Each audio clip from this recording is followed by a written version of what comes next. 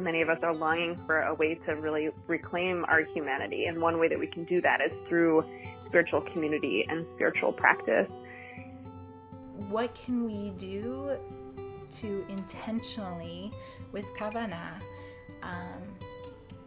really invest in a community that does serve us, that does nourish us, that does elevate us? You know, instead of just being, you know, hey, I'm a Jew, but saying, hey, I have this thing called community and it does X and Y for me. It helps me be better. Not me by myself, but I'm part of something larger than me, and that's one of Judaism's biggest assets. Welcome to Purple Honey, a gathering of female voices where we explore how Jewish wisdom and feminine spirituality can bring sweetness to our everyday lives. I am your host, Jody Bayless. We are just coming off the heels of Shavuot time, marking the moment where the Israelites arrived at Mount Sinai and experienced the receiving of the Torah, and thereby marking a beginning of what it means to live in community. In the weeks leading up to Shavuot, I imagined this large group moving together towards something. All of the feet that were walking. I imagined this group as a primordial community and wondered what did it feel like to be together through this murky, formative time. And I wondered, what forms a community? I explore this topic today in conversation with two women who are actively forming communities. First, I'm talking with Ariele Mortkowitz, creator of SVIVAH. SVIVAH is a collective that nourishes women's lives, making Jewish communities stronger. Ariele has dedicated herself to the pursuit of fulfilling female Jewish spiritual and communal experiences, and through SVIVAH, creating more spaces for women in Judaism. Ariele collects inspirational teachers, healers, counselors, and guides devoted to improving the lives of women, and then shares them with the audience of Jewish women that have been waiting for them. Ariele has a dynamic background, bringing together her experience as a mikvah guide, pioneering efforts to modernize mikvah, nonprofit Jewish experience, and experience working as a Yeshivat Maharat certified premarital teacher. All these energies come together in forming the women's collective, SVIVAH. One thing I love about Jewish practice is that there's a lot of reenacting. Yeah. To connect. Mm-hmm. And so I feel like what you're doing is there's a reenactment of bringing women together and exploring and having those hearth-fire conversations. And as you spoke to this a woman's space and creating a woman's space that's enriching, I'm just curious, in your own life, were there moments, were there women and moments in your own life that where you sort of had that sense?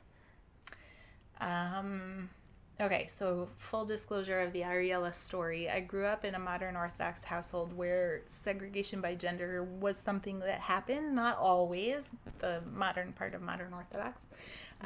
So my entire Jewish upbringing was co-ed. My educational experience was co-ed, but at the same time, very familiar with different treatment by gender. I also have only sisters, so I didn't have like a brother who was doing something that I wasn't supposed to do. We were all doing the same thing kind of thing in our house, so there wasn't anything really strong that way. But I had many women in my life who exemplified, I think, in my mind, the richest parts of what community could be. I mean, I've got a lot of great role models, but I grew up in a community where the Rebbitzin, the rabbi's wife, was a force of nature, where she was the maternal figure to all. And her idea of being a community leader was that she was responsible for the well-being of her flock.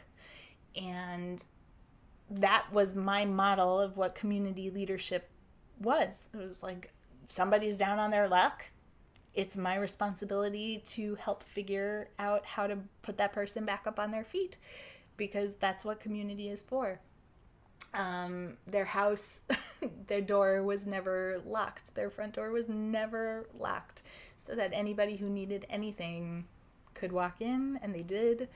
And I don't know how she was in 700 different places at once, but she was the ultimate caretaker. And that, for me, was definitely one of my first memorable models of female communal leadership. I learned a lot from my mom, who did not grow up in an Orthodox house herself, and came to Jewish community later in life and tried to find her place. And so I think watching her figure out what she viewed as her strengths, and what she could contribute to a community where she didn't always feel the most, knowledgeable or have the strongest background per se, but she found the ways that she could contribute. That watching her live that journey and understand that every person who's part of a community has both what to add, and whatever they do have to add is of value to the community, that there's not one way to live in and contribute to community, and to give people the freedom and permission to kind of say, I can show up this way. This is what I'm good at, and to figure out where to put them in that community, because there's so many different ways to nourish and feed community, and community needs so much. That was something that was really, truly formative, I think, for me. Mm-hmm. The community sets itself up in a way where you can see the value in every member of said community. You can pull out and let them develop the ways in which they can contribute, rather than feeling like they can't. I think that it's incumbent upon the community leaders and shapers, but also the community itself, to set that rule from the start, saying, we value everyone here. Everyone has something of value to add. It's just a matter of figuring out what that is, and encouraging them to go on that journey. Yeah. And figure it out. How do I want to contribute? What is it that I can do? What is it that I want to do? I can't get up necessarily and be like a services leader, or I'm not going to be the biggest philanthropist, but you know what? I can drive your mom to the doctor on Mondays. I can do that. Yeah. Or, whatever it is, to find what feeds someone, to make them feel of value, and that they do belong, and that they're an important part of the community, and that the community wouldn't function as well if they didn't show up. Yes. The idea of convening as a community, I think women psychologically, neurologically, sociologically need to connect meaningfully and deeply with others. And we have this amazing thing called the Jewish community, which should be able to meet that human need for us as women. So how can we maximize this thing called Jewish community so that it's serving that purpose? Because otherwise, I don't know about you, but I'm crazy busy with I don't know what really, but it seems to be tiring. And the idea of finding extra time is rare. So how can I make my time spent with my Jewish community also nourish me and satisfy that human need for community that I have? The idea that I would participate in Jewish community and have it not serve that purpose, that then I would have to be like, wait a minute, I gotta also find time to get together with my girlfriends, or my PACE group, or my Overeaters Anonymous or whatever, like the other, my PTA, whatever, like the idea that I don't have enough time to fit all those different pieces of community together. So I think for me, it's like, we have this wonderful thing called Jewish community. Let's make sure that let's just pay attention to whether or not it's actually serving that purpose of fulfilling that need for deep connection and making us feel like we belong and making us feel like we're contributing to something larger than ourselves and making us feel like it's affirming our values and in a space to explore our values. Because if it's not, then we should kind of work on that a little bit. Doing my interactions with lots of women, I love the conversations when it's like, well, why is there no blessing that I should say when my kid finally falls asleep in my arms? Like, that's a moment of bliss and gratitude. Or I find myself feeling filled with kavanah when I'm on my morning hike and I see the sun dappling through the trees. Why can't I pray there and have that validated by my community as just as much of value as whether or not I showed up for services that weekend.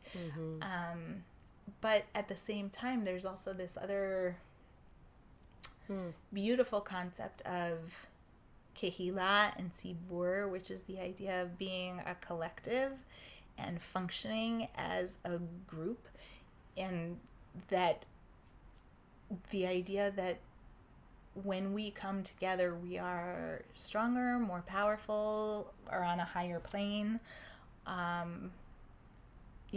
Judaism's not an ascetic kind of experience. It's meant to be in lived community. And so how can you both, for me, they're two separate adventures and journeys, where one, I want to be able to explore the things that I can find kavanah for, the things that really inspire me. I would love to find someone else that gets that and understands, like, oh yeah, of course, that's something beautiful, and I'm also moved and spiritually moved by that. So for me, it's like two separate adventures where I want to find a community of people who get me and validate me. And I also want the freedom to explore and find what's meaningful in the wide variety of expressions of faith that exist. And I think, I don't know, I think we feel,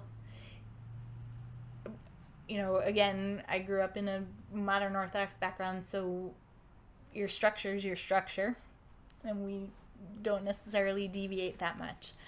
But the idea of being able to create a pocket where women can explore what's meaningful and resonant to them, where our life moments can be spiritually contextualized, where we can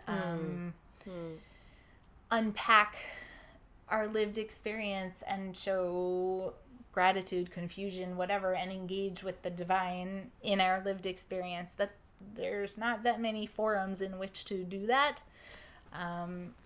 But I think it's a mistake if we don't. So SVIVAH, I mean, this, what you were saying about it's just so beautiful of like taking our everyday movements and having those acknowledged communally and with ourselves as in a spiritual context. And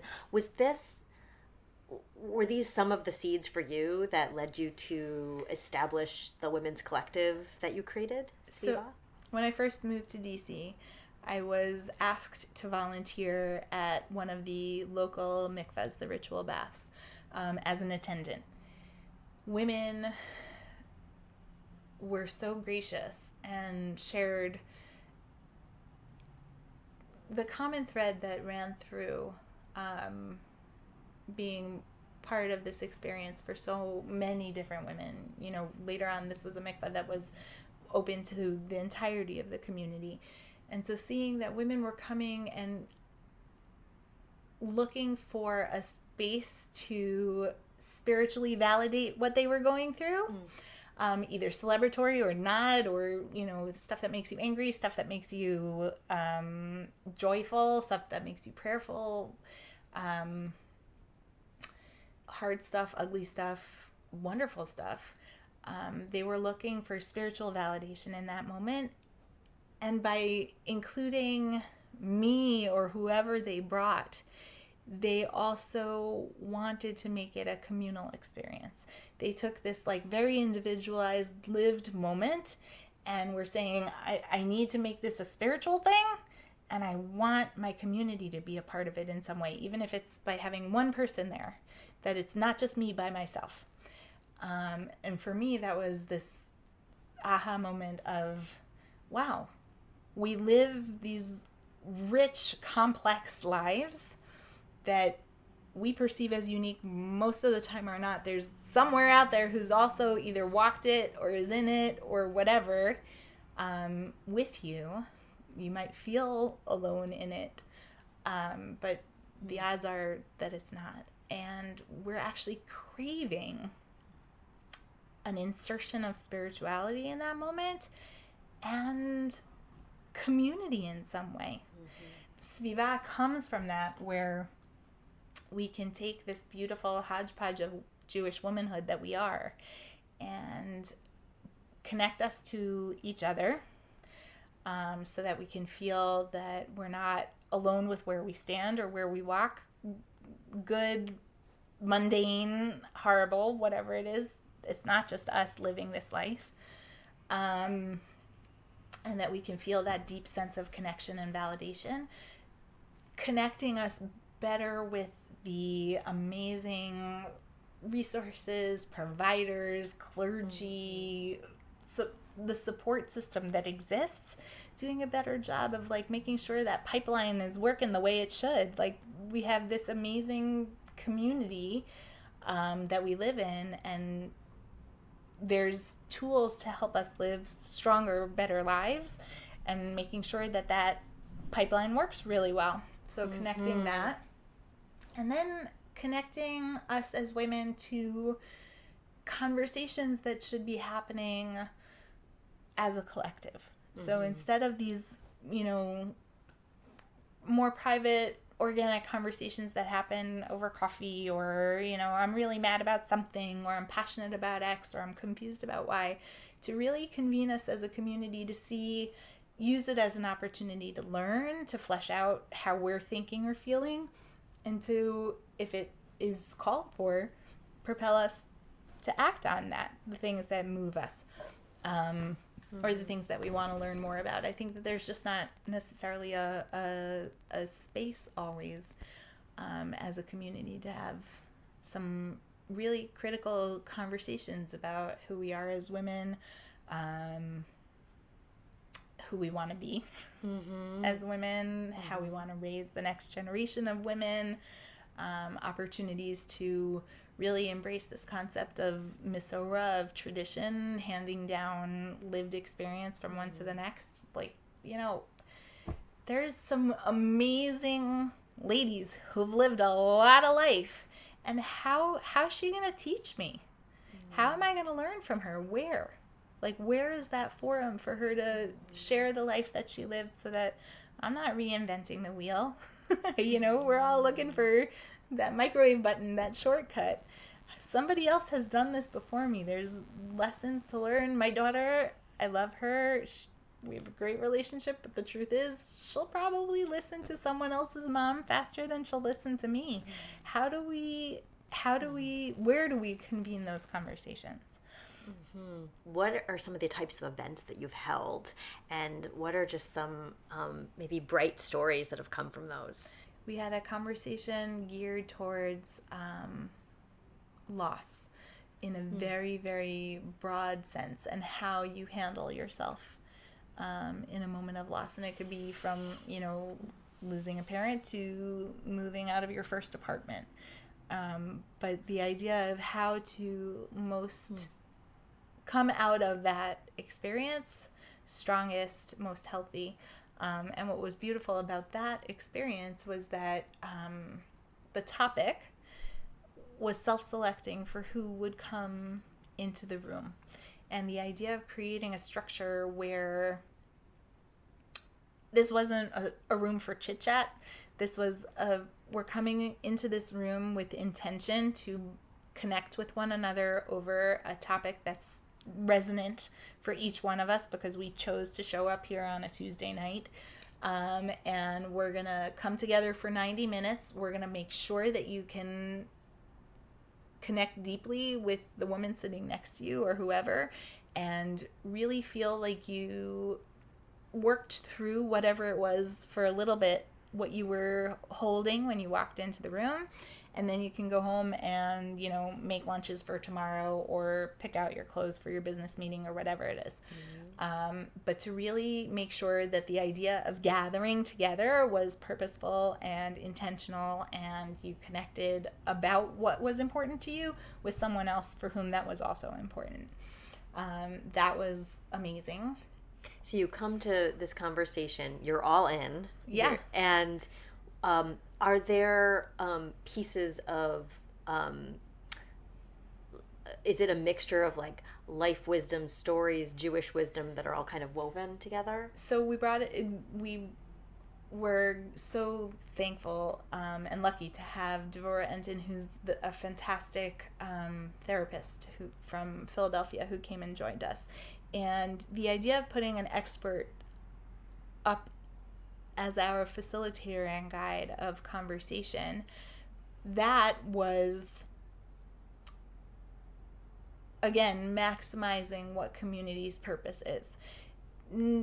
So much of what we brought to the room was our lived Jewish experience, that it wasn't like, we're going to apply Jewish wisdom to this. It was, we live our lives. Somebody's talking about, I just got up from Shiva for my dad, and someone else is talking about the miscarriage that they had, and yet another person is saying, I lost my job.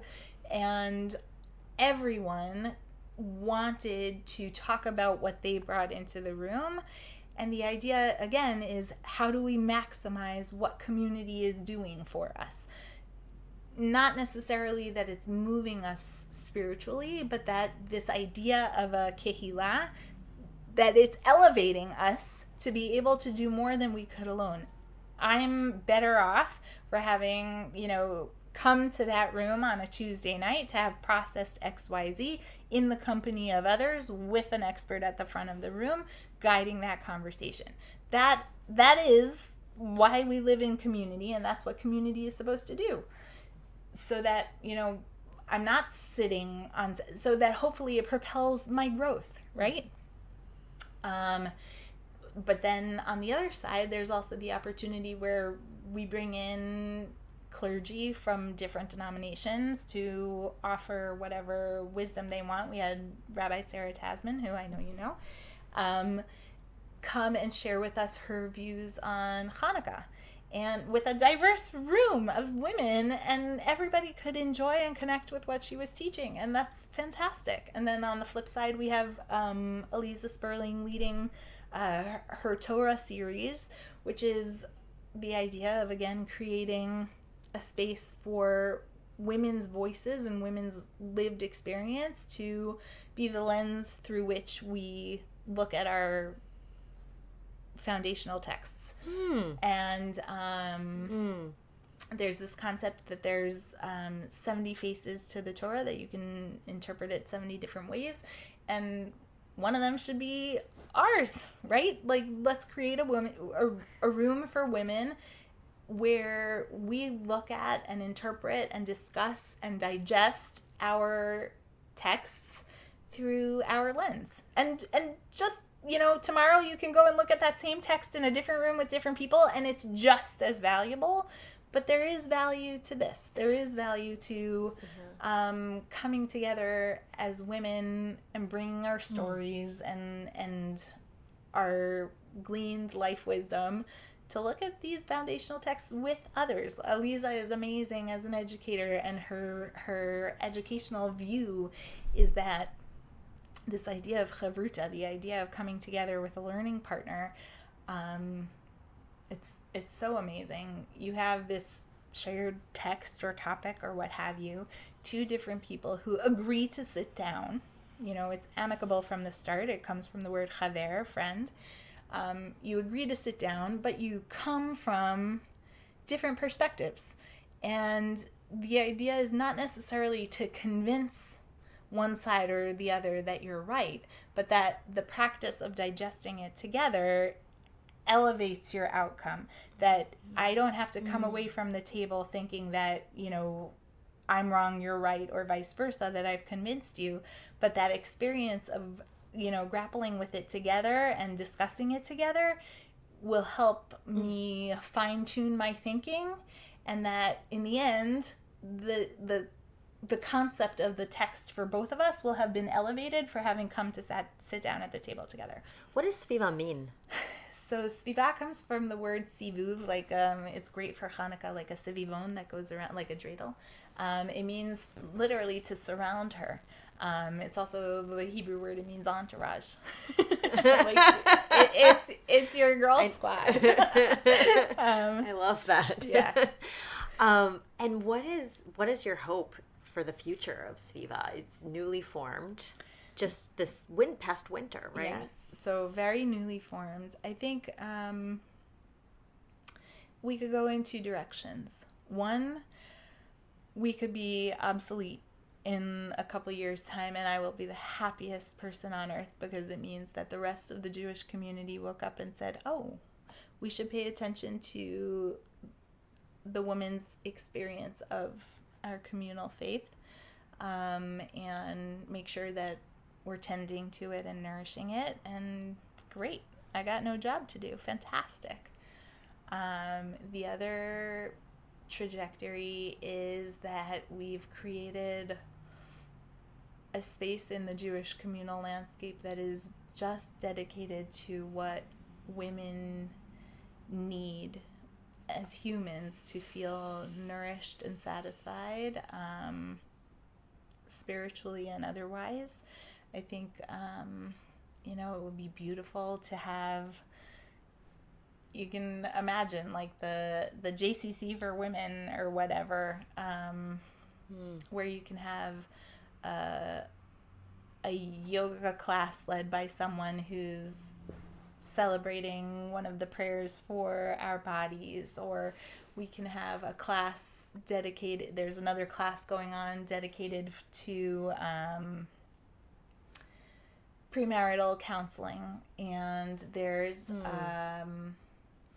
maybe there's a sanctuary space, and there's your neighbor comes and she's meeting her learning buddy, and that's where they come to kind of grapple with something new, and that's where she shows up on Wednesdays, and maybe there's a posse of bubbies in the back who are working with their third grade sous chefs to make like mitzvah meals for new moms, or we have, I don't know. What an awesome vision to have this space.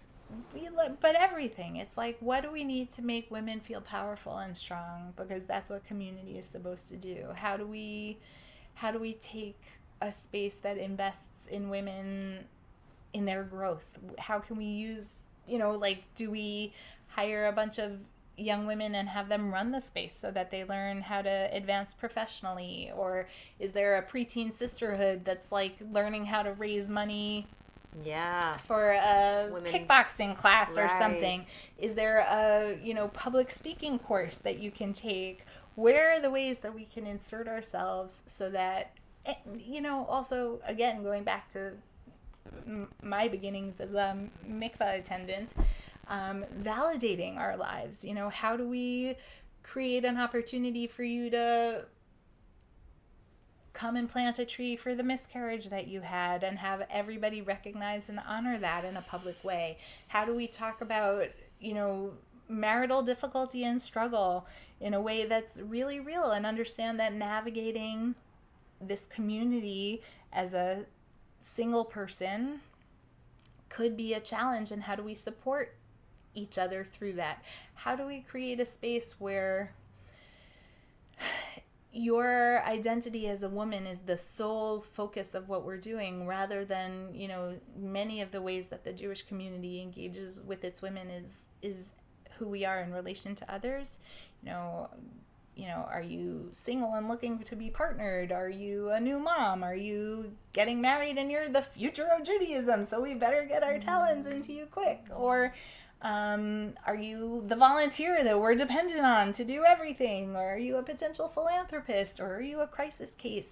It's how can we create a space that looks at what we need as women, regardless of who we are in relation to anyone else.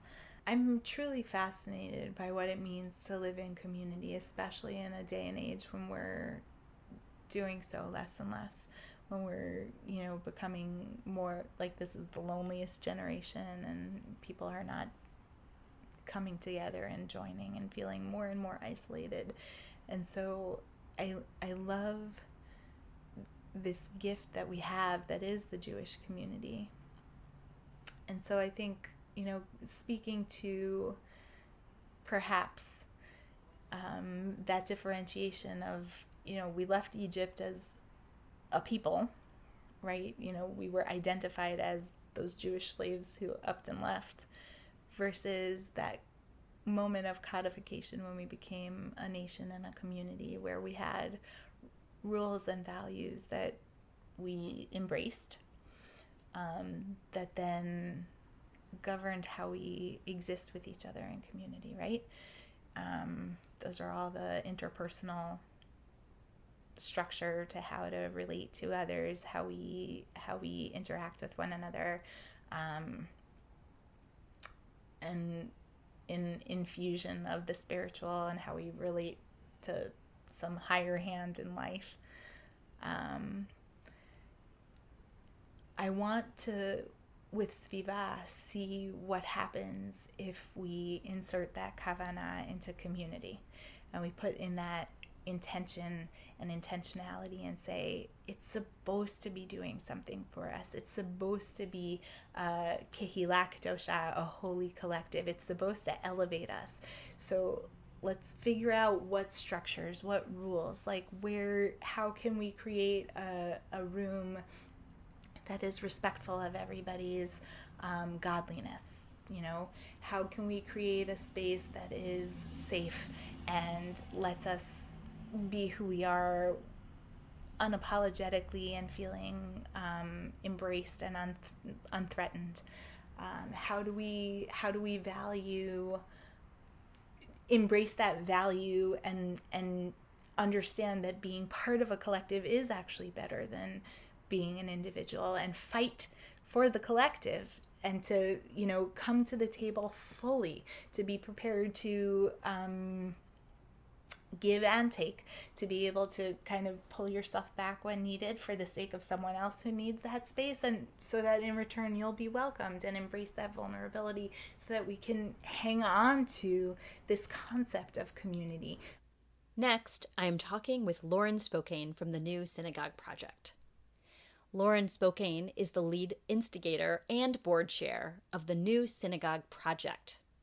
The new Synagogue Project is a new Jewish community in Washington, D.C. that is spiritually vibrant, radically inclusive, and committed to social justice. When Lauren is not synagogue building, she works as the director of development for a multiracial, multi-faith community organizing network called Faith in Action. Through her work to build the new Synagogue Project, Lauren channels her skills and passion for fundraising, community organizing, organizational development, justice, singing, creativity, and building a sense of community and home. A DC resident, she also serves on the board of Jews United for Justice. I'm curious what brought you to New Synagogue Project. What has been your role? Well, I've been involved pretty much from the beginning. Rabbi Joseph Berman first started talking to folks about his idea to build a spiritually vibrant, liberation-focused Jewish community a few years back, and it was something that I really wanted and really envisioned for my life here in DC. My husband and I moved here about 4 years ago, and bought a home and envisioned building a family here. And I had been a part of some really incredible justice-focused, spiritually vibrant Jewish community in Boston. And so I was really craving to have an experience like that, and also to be a part of a community where I could raise kids inside of that would be grounded in those values and share those kinds of really special, generative, nourishing, and liberatory Jewish experiences. So I hopped on board, and then pretty soon after ended up kind of leading the charge to organize folks to come together and build this. You said the word vibrant. So what does vibrant mean for you?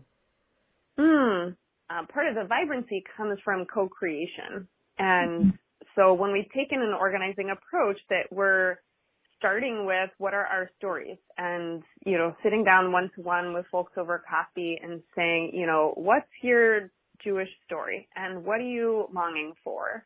And what could we build together? And then figuring out where that intersection of shared interests and vision is, and building that. And so I think that's part of why, we went through this whole process. New Synagogue Project was meant originally to be a placeholder name. Our branding is that name in brackets because we said, we'll call ourselves this, and then we'll have a community process to choose our name. And we landed on actually affirming New Synagogue Project as our name moving forward. I think partially because it really reflects the idea that we want to constantly be renewing what we're doing. And it is a project, and it will continue to be a project that we are co-creating together.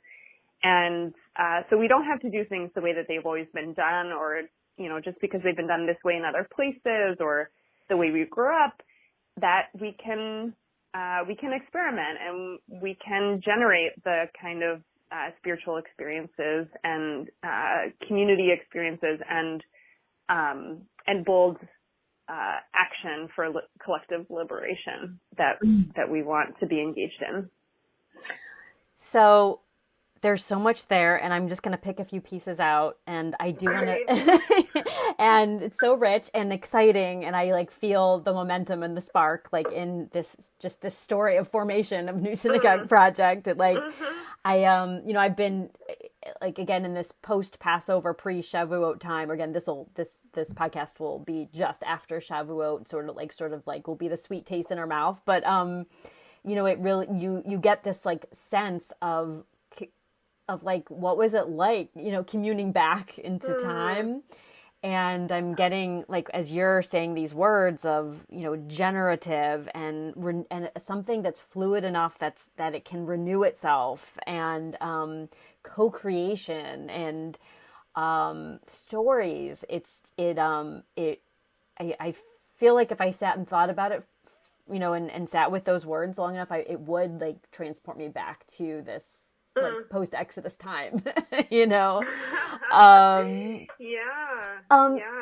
I love what you said about how you sat down with people and asked, what's your story? What do you want to build? And I think, I'm personally, I grew up as a mutt, and with a variety of different, I never was affiliated with a synagogue and had all these different influences. And so I find myself with kids as well, and yearning for certain things and not knowing where to land. And find different things attractive, and then combined with the practicalities of living in the DC area and, all that. Totally. So, okay, where's my question now? Is there, when you sat down with a group one-on-one or with groups of people, and you asked them, what's your story? What do you want to build? Have there been any common themes that have come from those that have been that have shaped what New Synagogue is becoming? Absolutely. And I'm trying to transport myself back to some of those early conversations. I think certainly, I mean, we started from the premise that we wanted this to be a community that's liberation focused. So for us, that means that our justice values, our vision for collective liberation, and the, ending of oppression for all people was really at the center. And so we came to folks with that vision. So, we weren't starting totally from scratch. But we found a lot of folks who were really interested in that and craving that, and also folks who, like myself, really loved singing and really wanted to be in a place where we could have really joyful and meaningful collective song. And we heard from folks who also, like myself, envisioned a place where we could teach Jewish values and Jewish practice in a way that aligned with our vision of what all that means to our kids or future kids. I'm not a parent yet, but I hope to be. And there were lots of us on either side of that experience who wanted to see a different kind of Jewish education maybe than we'd grown up with, or pieces of something that we had experienced that we wanted to carry on. And we heard, I think, from a lot of people, they want a place that felt like home, to find their people, to connect with others, and to not feel alone in a city that, for many of us who are newcomers, maybe feels hard to navigate, but also inside of capitalism, where we are, there are lots of ways in which we're meant to be dehumanized, and many of us are longing for a way to really reclaim our humanity. And one way that we can do that is through spiritual community and spiritual practice, and have a community also where we can be building authentic relationship with other communities across lines of difference in this city, where there's, incredible tension and harm being inflicted on Black and Brown communities, and trying to explore what is our role in all of that. So all of that is to say that people wanted community and a place to belong. Yeah. The other thing that it would be really important to say is that many of us are actively involved in social change movements as organizers, activists, fundraisers, in lots of different roles, and really craved a place where we could kind of get our cup refilled, and where we could be supported in doing this work that we do in the world. And others who maybe don't have an opportunity to do that professionally or haven't yet gotten involved in movement spaces or local organizing, but wanted a kind of a way in that would feel maybe more comfortable, and where they'd have some more support to navigate that.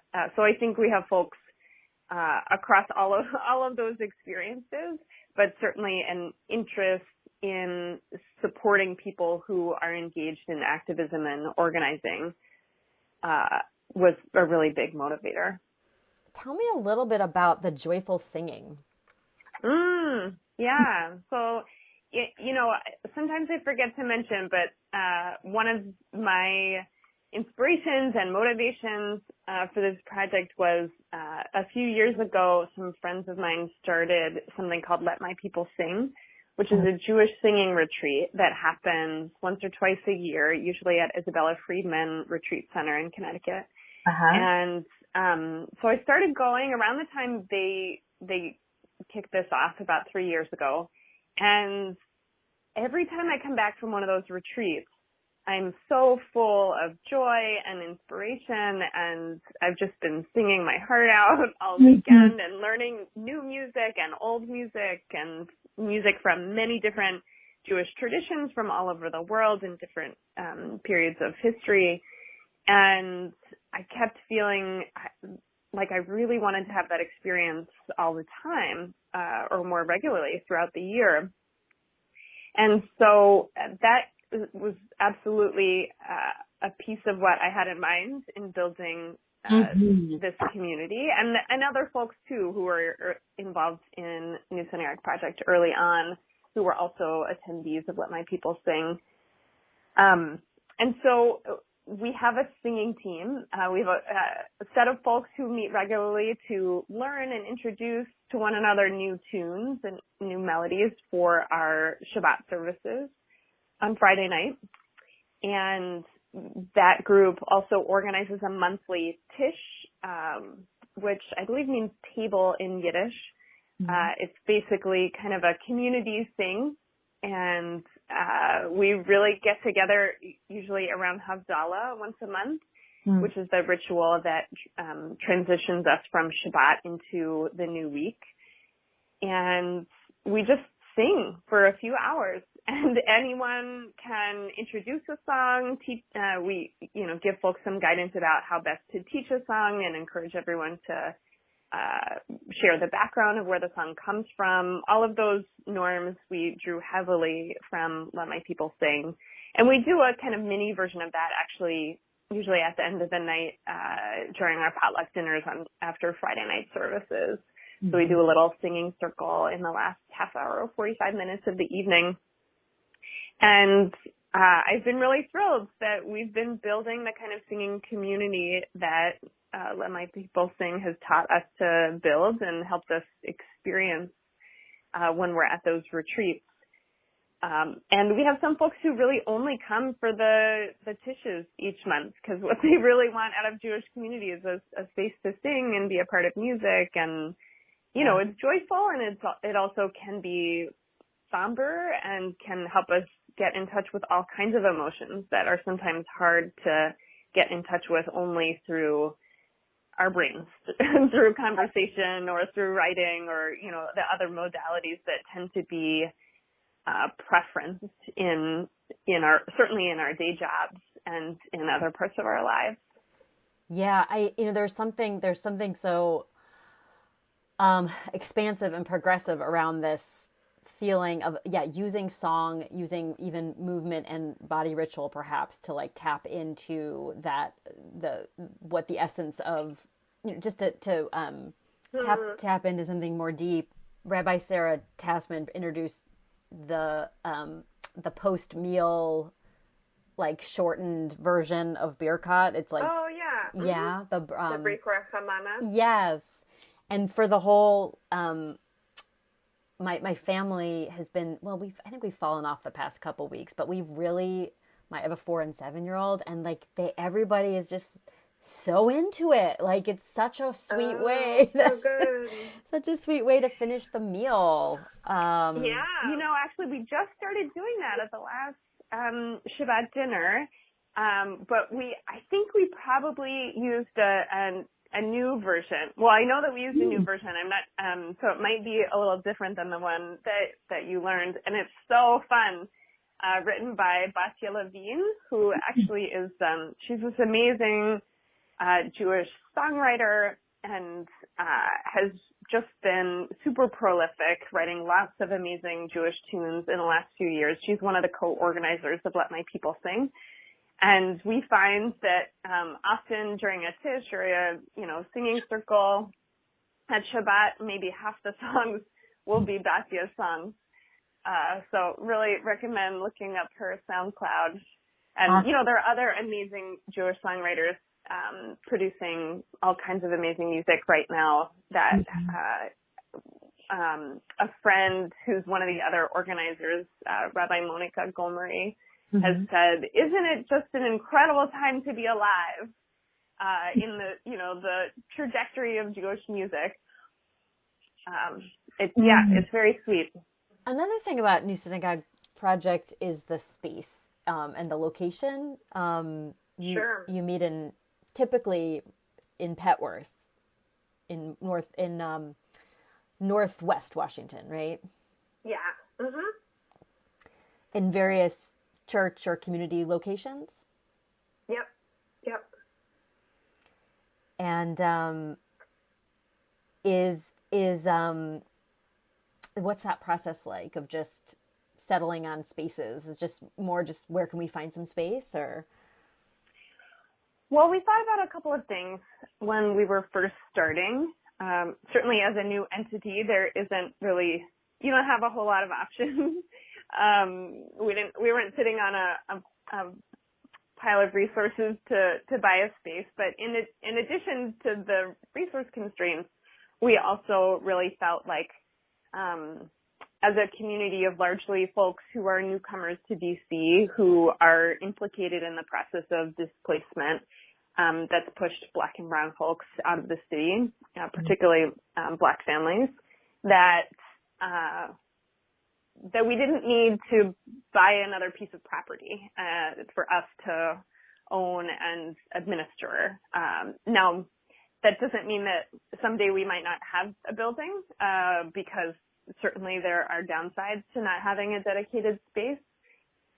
But certainly as a first project, what was more important to us is putting on the kind of programming and building the kind of community that we wanted to build, and raising the funds to be able to hire our rabbi as our spiritual leader, who could be the glue to tie a lot of what we're doing together. And so our first focus was finding space that we could rent that would feel good as a place to pray together. And we also felt like, given the kind of politics around displacement, that if we were going to pay rent to an institution, that we'd really love that to be to a Black church, a historic Black institution in the neighborhood, so that we're contributing to the continued vibrancy of that community. Mm-hmm. So we reached out to a couple of different churches, and we were really blessed that a few responded positively. And so we did our first series of events at a combination of Israel Metropolitan CME Church and First Baptist Church of Petworth, which happened to be just a block away from one another, which was very convenient. They are now actually both under renovation, so we're still using Israel Metropolitan for some events, but have also been using some other spaces. So right now our regular Friday night services are generally at St. Stephen's Church, which is actually in Columbia Heights, but also, as you said, in Northwest. And sometimes when the church in Petworth isn't available for Saturday mornings, and we use a combination of spaces. There's a little Latino community theater called El Teatro de la Luna, where we do our text studies on Saturday mornings sometimes, and there's a little teen room at the Mary Center, Community Health Center, where we do our Tat Shabbat service. So we've had to be a little bit creative. Some of it, I will say, has involved me literally wandering around the neighborhood by foot and knocking on doors to see who would have us. And, there are like complicated logistics of having to schlep our stuff from place to place. But we're really grateful to have been hosted by the community institutions that have opened their doors to us. That's wonderful. I love the whole dynamic and feeling of that, and that I actually, my family, we recently went to the Tat Shabbat at Mary Center, and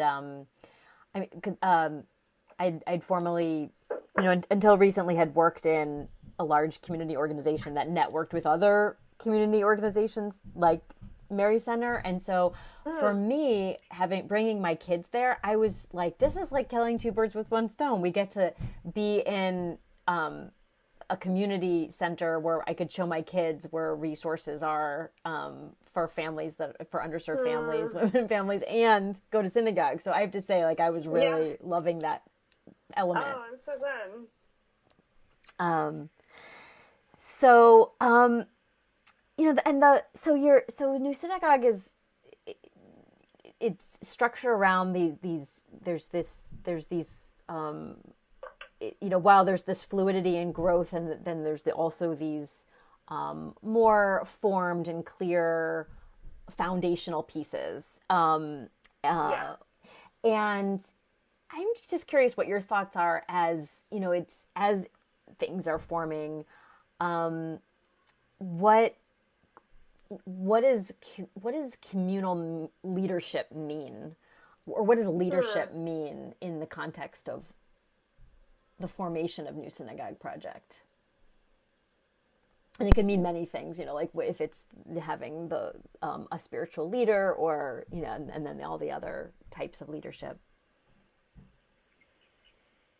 Yeah, well, I think that depends a lot on the kind of area of the project.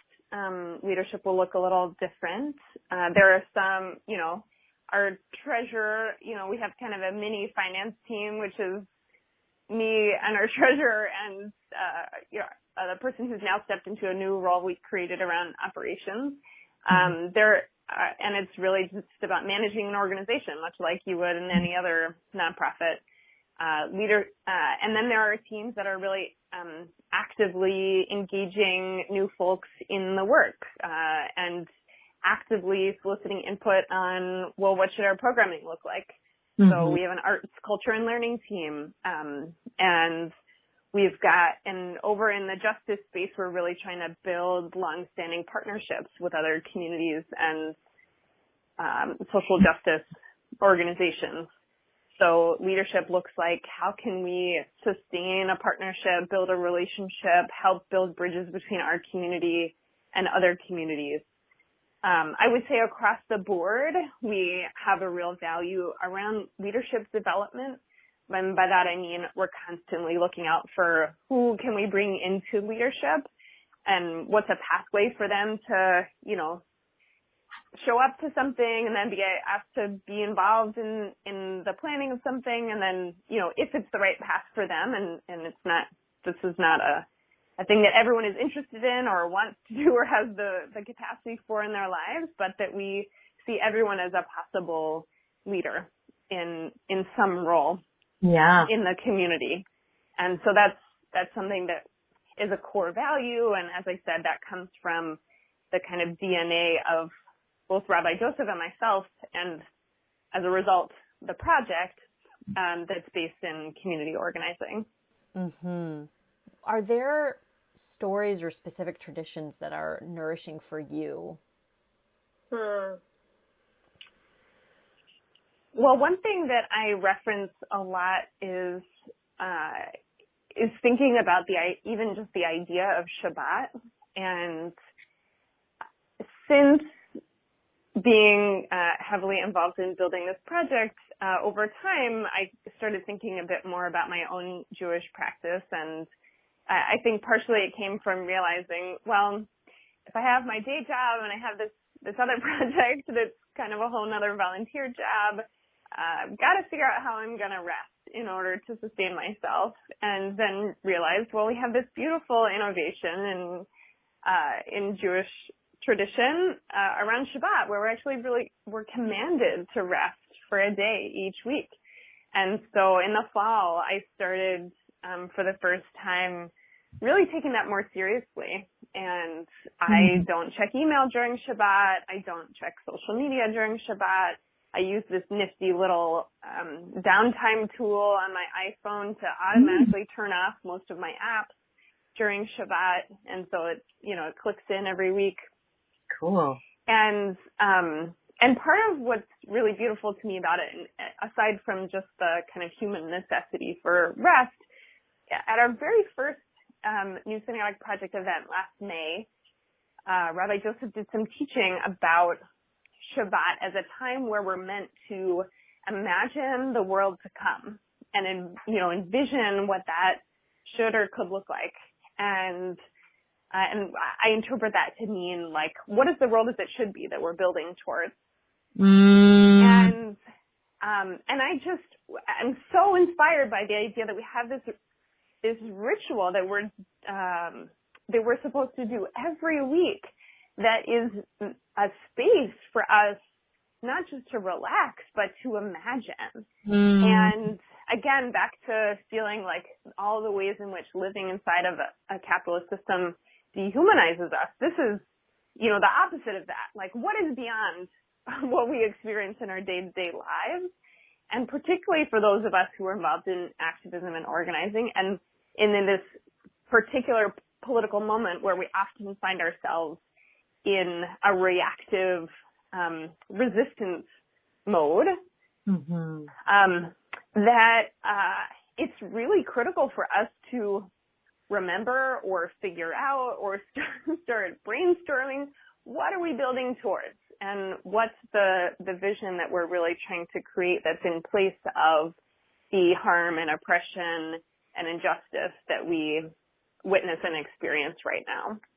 Yeah, it's like, oh, wow. It's like Shabbat, the way you're describing it, the way Rabbi Joseph like invited in through that teaching, the thinking of the world to come. It feels like, yeah, it's just that Shabbat is this, like, it's mindfulness embodied in time in a way, or out of time. It's that bridge. And, and thank you for sharing that. It's very, the rethinking and reinvention of Shabbat as like a tool, as an enabler of rest, as like, you know, a space to rest and breathe, and as you said, imagine, is a beautiful thought. And you also spoke to some of the wisdom that Rabbi Joseph distilled, and I did want to touch on that his leadership, and that's really just one little taste of like the wisdom he brings, and the way his teachings are framed. It really gives you that space to spark inside. Yeah, absolutely. And I guess I just wanted to say that in words, that's a very special leader and type of leadership. Yeah. And I think what Rabbi Joseph really models is, you know, there's beautiful and inspiring teaching that he does, and the leadership that he displays from up front, but he really does not want to center himself, and is really not interested in building a community that is built around a charismatic leader. And so actually, I think some of his most incredible moments of leadership are one-to-one, when he is doing pastoral care with a person who's going through a transition, or coaching someone through conversion, or, you know, I know that those are some of the moments that spark a lot of joy for him, and where we are building together, and we're figuring out together how we build a meaningful, authentic community together. And the partnership that I've had with him has been just incredible. There aren't any words to describe my gratitude for being able to build with him. And it's evident already in the structure that is being created, that this type of leadership, it's as you said, I mean, you said it, that there's it's not necessarily a central charismatic leader. It's just this, you spoke to like a community that can, that has clear set values and can renew itself. And that type of leadership seems to lend itself to that. Yeah. And that's, you know, he's always thinking about how we continue to sustain ourselves as a community, and empower folks to, you know, for all of us to tap into our own agency about what we can build, and how we can lead, and what kind of new skills we can develop. And he wants to be our partner in helping us do that. So let's see. So a few closing thoughts. So at this moment of time, what, I mean, I think you've really pulled out a lot of this, but what are you,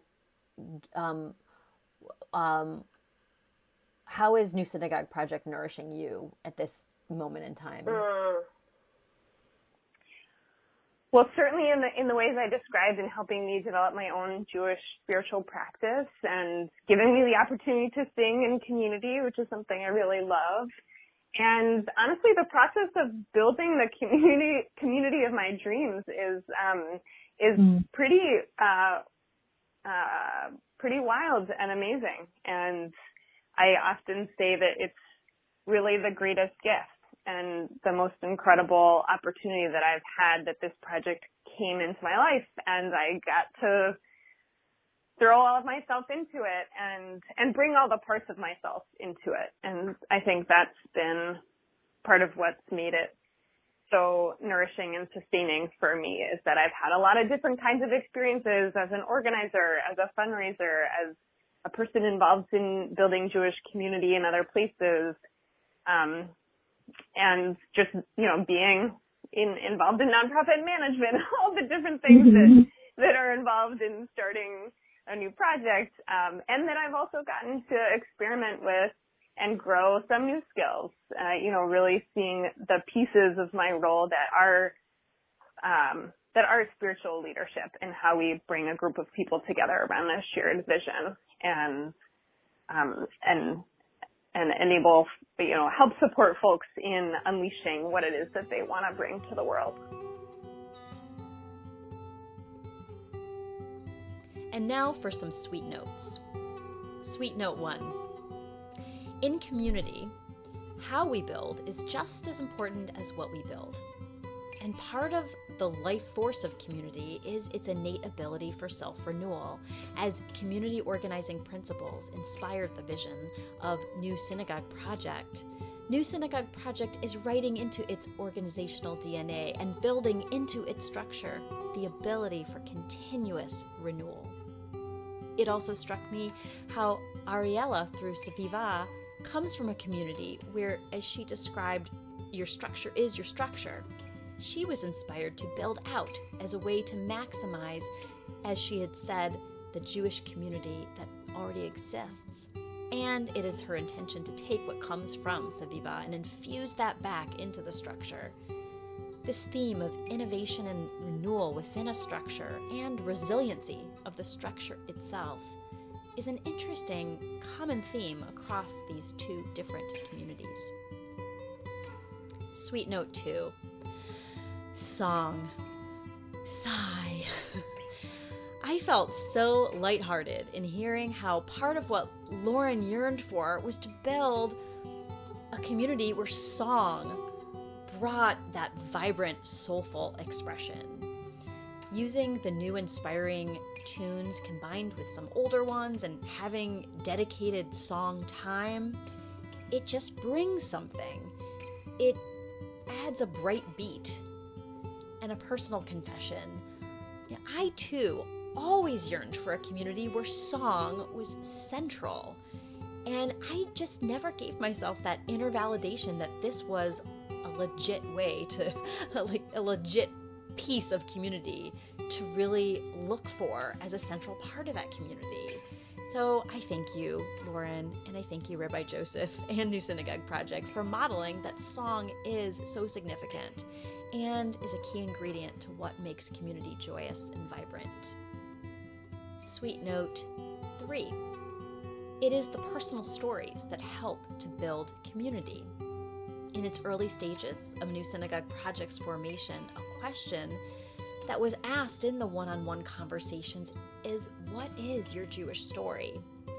Individual stories are then being built upon the strong vision of New Synagogue Project of creating a vibrant, soulful, and social justice-focused community. In SVIVAH, it is the sharing of stories between women, whether through learning at a Her Torah event or in events that focus on themes such as holidays, loss, or other life moments.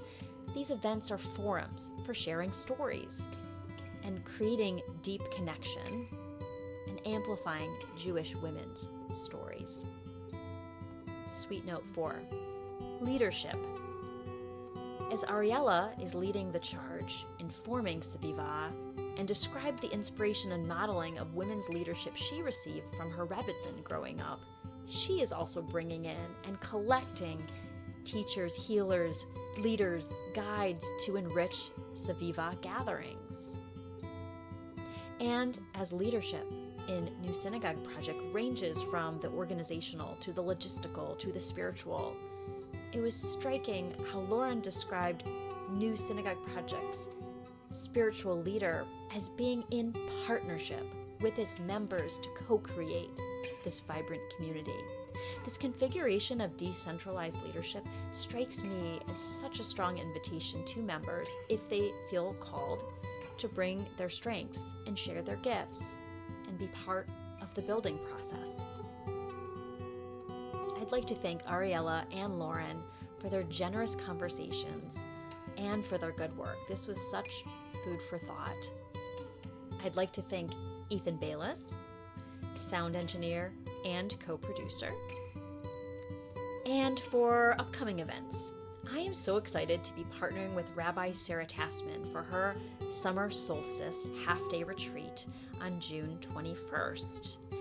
There will be restorative yoga and art and intention setting and just this ability to have space for yourself to mark time. And the food and food ritual plate making will be by moi. Very excited about this. And if you want to learn more about the event, you can find information on redlentilconsulting.com. Until then, I am Jody Bayless, and this is Purple Honey. It was just awesome to be in conversation with all of these people who are so passionate about organized religion and a little bit about reorganizing it. Mm-hmm. The innovation, the beyond the edges, maybe. Yeah, but in a very deep way, like not just, how do we get more people into the building, but instead thinking about what's the purpose of organized religion in the first place? Like, why do we need that? Why do you need to adhere to what the best part was? Like, you could have stripped off everybody's name tag or like what church or mosque or synagogue they belonged to and swapped them out, because in the end it was like everybody had the same values, everybody had the same higher purpose in life, everybody had the same principles that were guiding them. And it was phenomenal to be able to be in a room with people who were saying, like, what on earth do we have these systems for? They're not doing what they're supposed to do. They're not helping us be better people. They're not helping us walk through the world, making it a better place. In fact, many times it's the opposite. It's causing us to be more hateful and hurtful, what have you. And people aren't coming anymore. So the system's broke. Like, what do we do different? What do people, like, why was organized religion created in the first place? What was it supposed to accomplish? And how can you repurpose that for today so that we don't lose what it was supposed to do to us?